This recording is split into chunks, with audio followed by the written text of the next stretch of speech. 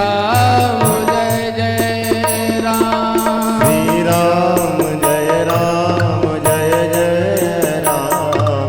श्री राम जय जय राम। श्री राम जय जय राम। श्री राम जय जय राम। बड़े भाव से ताली सेवा करते हुए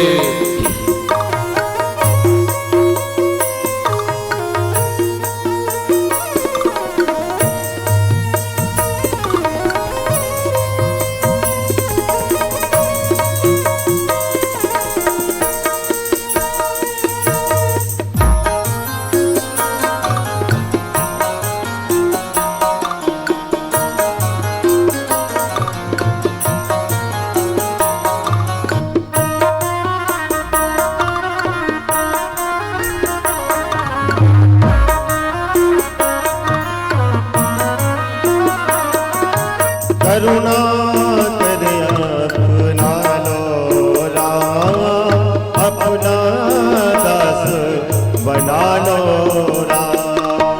करुणा करे अपना लो राम, अपना दास बना लो राम।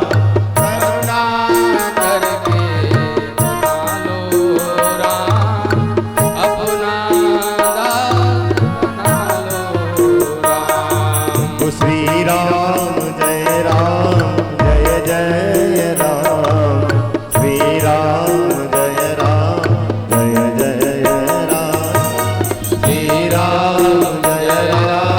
श्री राम जय जय राम।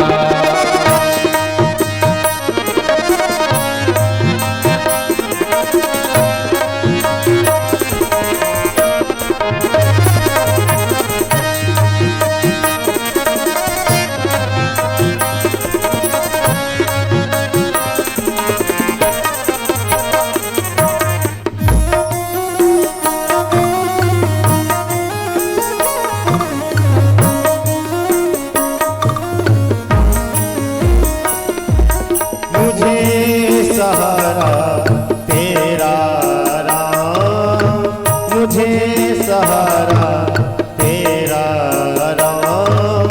तू मेरा मैं तेरा राम।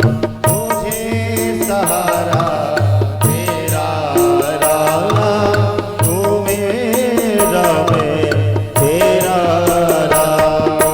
श्री राम जय जय राम। श्री राम जय जय राम। श्री राम जय जय राम। श्री राम जय जय राम। श्री राम जय जय राम। श्री राम जय श्री राम जय जय राम। श्री राम जय जय राम। श्री राम जय जय राम। श्री राम जय जय राम। श्री राम जय जय राम। श्री राम जय जय राम। श्री राम जय राम। श्री राम जय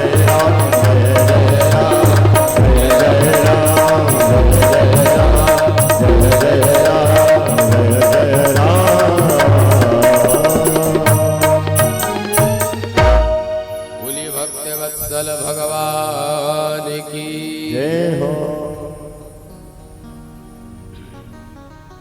भागवत भगवान की जय हो। जय जय श्री राधे श्याम।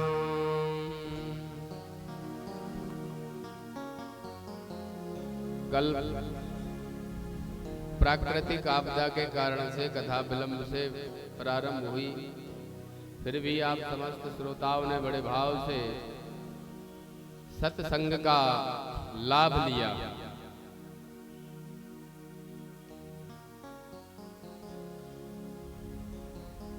आज हम सभी कथा में प्रवेश कर रहे हैं। कल का प्रसंग जो था, परीक्षित जी को कैसे श्राप होता है और वे भागवत सुनने के लिए गंगा तट पर पहुंचते हैं। श्री सुखदेव स्वामी कृपा करके उनको कथा का रसपान कराते रहते हैं।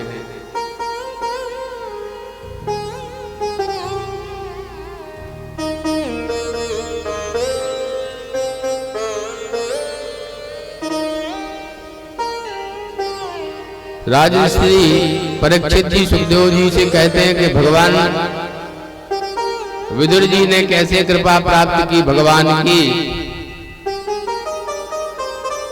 वह वृतांत बताइए। तब विदुर जी की कथा श्रवण कराते हैं। विदुर जी के चरित्र को श्रवण कराते हुए कहते हैं कि उद्धव जी से जब विदुर जी मिलते हैं तो दोनों उत्कंठित हो जाते हैं।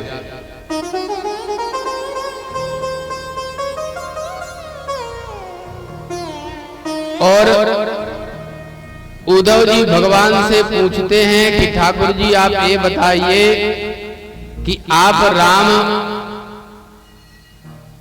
अवतार में और कृष्ण अवतार में, दोनों अवतारों में प्रसाद पाकर के कहां प्रसन्न हुए।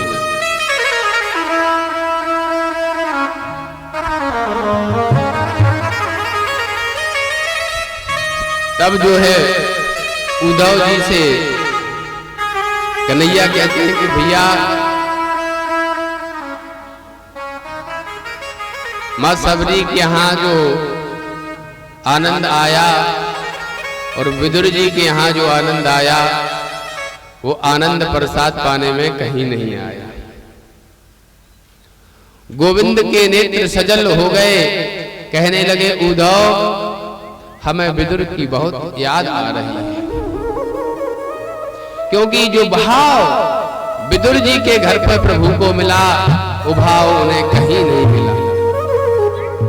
भाव कबू का हूं मैं, भाव एक सार है, जो भव से भजता मुझे, भव से भेड़ा पार है।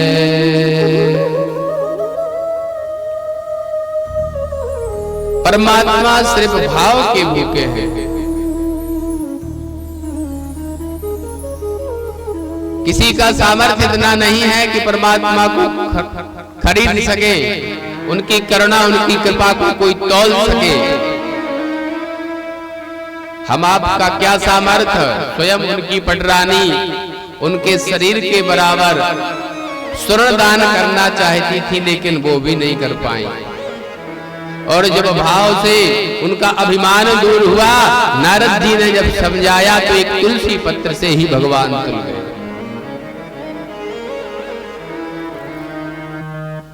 भगवान को सिर्फ भाव चाहिए और कुछ नहीं।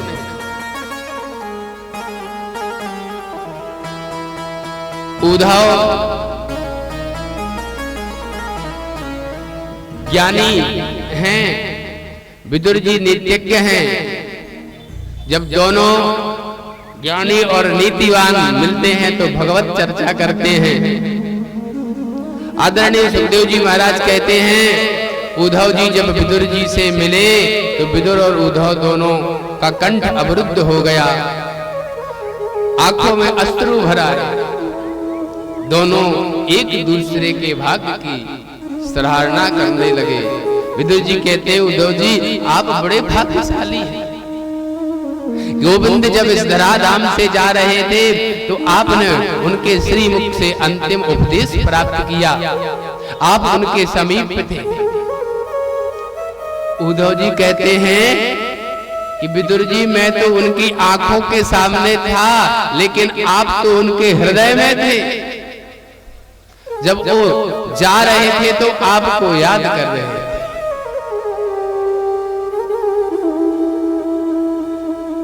जिनको भगवान याद करें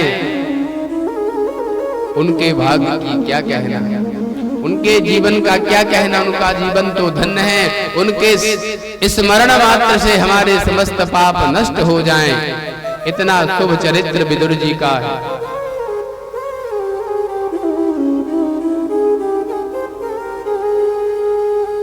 उद्धव जी ने कृष्ण की बाल लीलाएं, कृष्ण का दिव्य चरित्र विदुर जी को कह सुनाया। सुनकर विदुर जी उत्कंठित हो गए और कुछ जानने के लिए महात्मा उद्धव ने उनसे कहा कि देखो, कन्हैया ने कहा था कि विदुर जी को कहना कि हरिद्वार गंगा नदी के किनारे चले जाएं, वहां मैत्रेय मुनि निवास करते हैं। मैत्रेय मुनि हैं ब्राह्मण, विदुर जी हैं दासी पुत्र।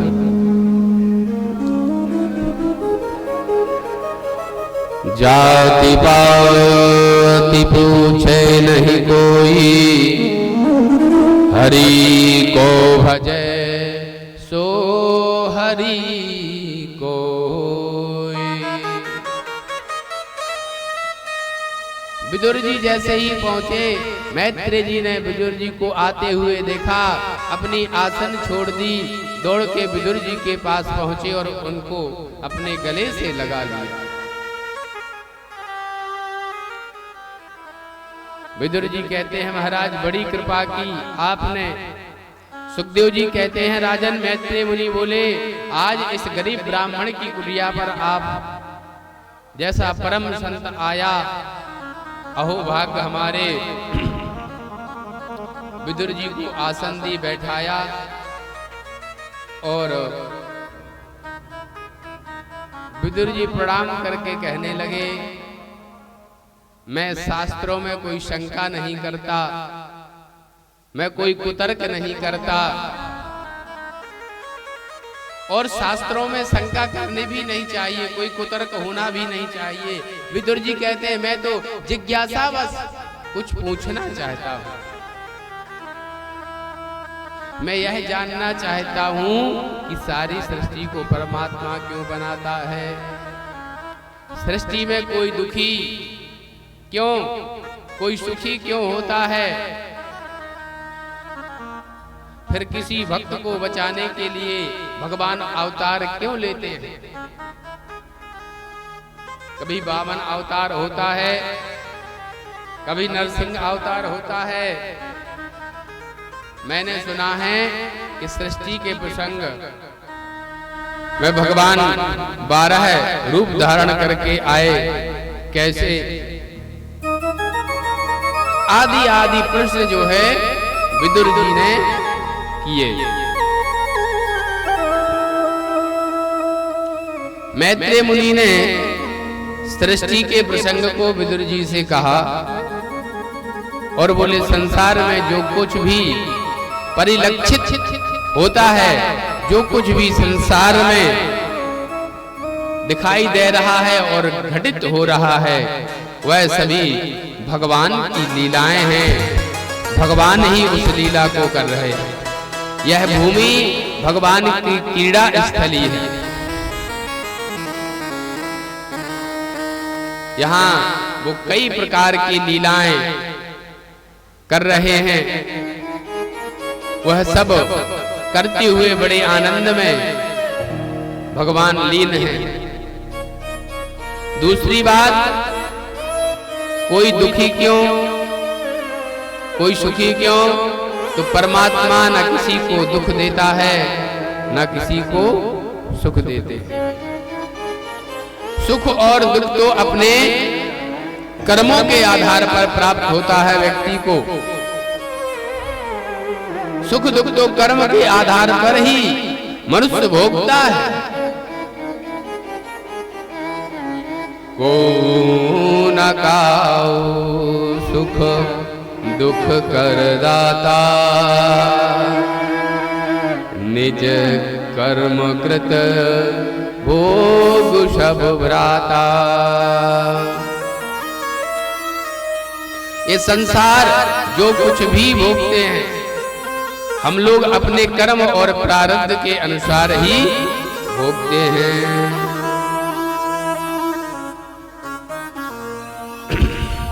पहले हम क्या कर चुके, पहले हम क्या थे, इसकी चिंता मत करो। हम आगे क्या करेंगे, कैसे करेंगे, क्यों करेंगे, इसकी चिंता भी मत करो। वर्तमान में हम क्या कर रहे हैं, कैसे कर रहे हैं, क्यों कर रहे हैं, उसकी चिंता करो। वर्तमान में यदि आप शुभ कर्म कर लोगे, अच्छे कर्म कर लोगे, तो आपका पिछला जीवन भी सुधर जाएगा और आने वाला जीवन भी आपका पवित्र हो जाएगा, निर्मल हो जाएगा। व्यक्ति जो है फ्यूचर की टेंशन में रहता है, लेकिन वर्तमान को व्यर्थ में गंवा देता है। वर्तमान यदि आप छोड़ दोगे, वर्तमान में नहीं संभलोगे, तो आप जीवन भर रोते ही रहोगे, दूसरा कोई चारा नहीं है।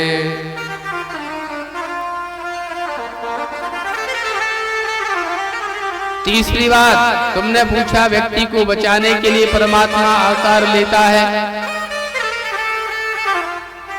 जो वेद के अनुसार कर्म करते हैं, जो कोई अपराध नहीं करते, सत्कर्म में लगे रहते हैं, यदि उनको कोई कष्ट दे तो भगवान उनकी कष्ट की निवृत्ति के लिए जरूर पहुंच जाते हैं।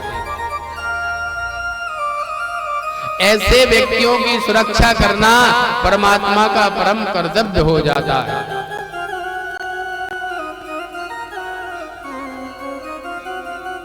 अवतारों में भगवान ने 12 रूप धारण किया।